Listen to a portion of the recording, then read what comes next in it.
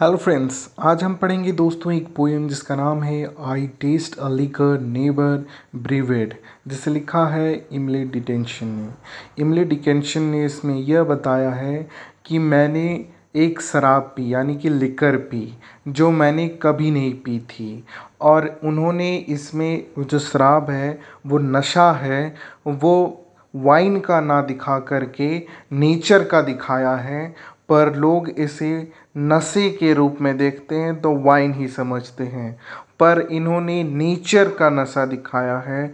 और जो विंड है, जो ओस गिरती है, उनसे इन्हें नशा हो जाता है इमले डिकेंशन को। और उसी पे इन्होंने यह पोएम लिखी और इसका जो टाइटल है उन्होंने कभी नहीं दिया। उन्होंने इसका फर्स्ट लाइन को ही टाइटल माना गया, पर हम इसका title I taste a liquor never brewed मान सकते हैं। अब आइए इस पोएम के बारे में जानते हैं कि इसे कब पब्लिश कराया गया था। तो इसे पब्लिश कराया गया था 1861 में, और ये 16 लाइन की पोएम है और इसे 4 कॉन्टेंट्स में डिवाइड किया गया है। इसका थीम है into oxidation with the title the may wine. The may wine का मतलब है यहाँ पे उस द मे वाइन पे ये पब्लिश हुआ था इस टाइटल के नाम से। और इसमें द मे वाइन का मतलब है कि मान लीजिए यह एक शराब है जिससे नशा होता है, ये आपको मानना है। अब हम इमले डिकेंशन के बारे में जान लेते हैं। इमले डिकेंशन का जन्म हुआ था दोस्तों 10 दिसंबर 1830 में और इनकी मृत्यु हो गई 15 मई 1886 में। यह एक अमेरिकन पोइट थी। इन्होंने पोएम्स को डील किया हमेशा डेथ और इमोरलिटी पे, यानी कि मृत्यु और इमोरलिटी पे। पर आज जो हम पोयम पढ़ रहे हैं उसका थीम है इंटोक्सिएशन and nature.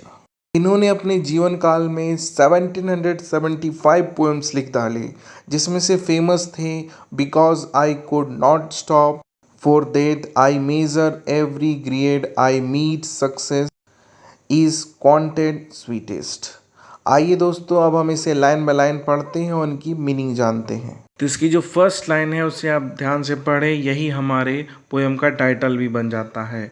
I taste a liquor never brewed from tankards scooped in peril, not all Frankfurt berries yield such an alcohol। I taste a liquor यानी कि मैंने वो शराब पी, नेवर ब्रूवेड जो कभी बनी ही नहीं। ब्रूवेड मतलब होता है बनना, और वो कभी बनी ही नहीं वैसी शराब मैंने पी ली। यहाँ पे थोड़ा कन्फ्यूज़न है।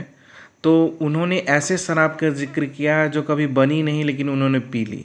फ्रॉम टैंकर्ड्स यानी कि शराब रखने वाला, जैसा कि आप पिक्चर में देख रहे हो जो शीशा का ग्लास है उसी को टैंकर्ड्स कहते हैं, जिसमें शराब रखी जाती।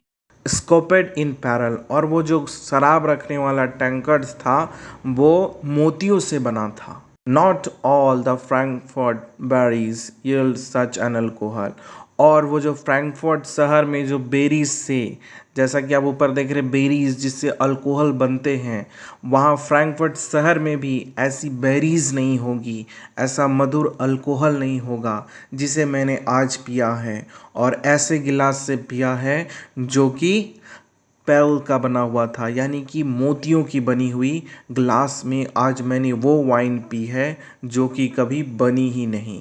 तो वो किस वाइन का जिक्र कर रही है फर्स्ट क्वाड्रेंट में, ये हमें शायद सेकंड क्वाड्रेंट में पता चले। तो आइए हम सेकंड क्वाड्रेंट पढ़ के देखते हैं। Inebriate of air I am and बेडाइच of dew, reeling through endless summer days from in of molten blue, in a braid of air।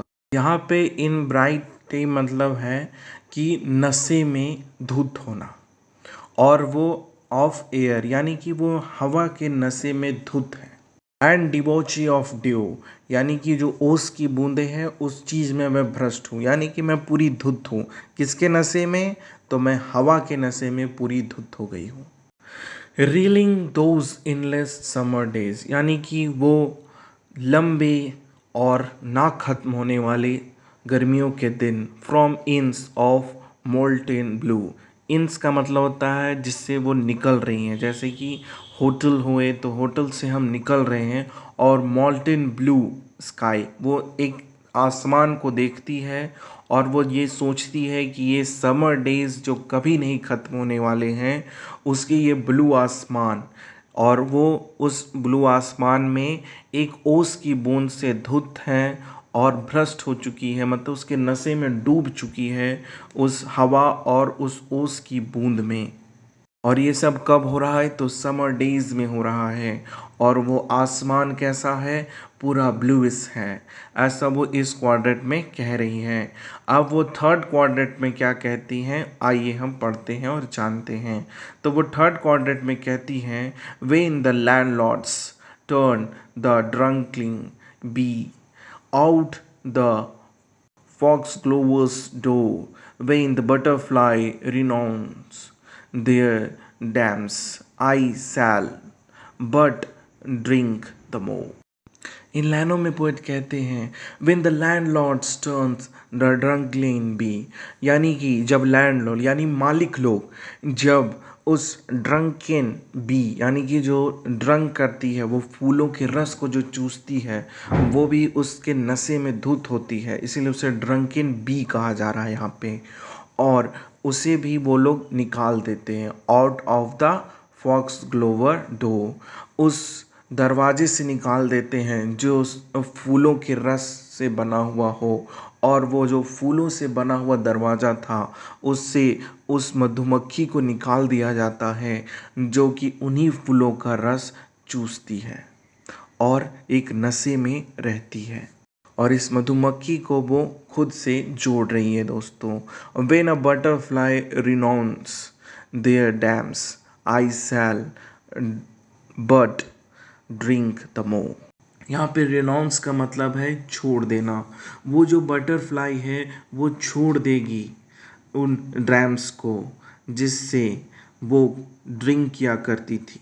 I shall but drink the मोर, पर मैं रुकूंगी नहीं इतना पर भी, मैं और भी ड्रिंक पीऊंगी, ऐसा वो इस क्वाड्रेंट में बोलती है। अब अंतिम क्वाड्रेंट में कहती है, till seraphs swing their snowy hats and saints to windows run to see the little tippler leaning against the sun.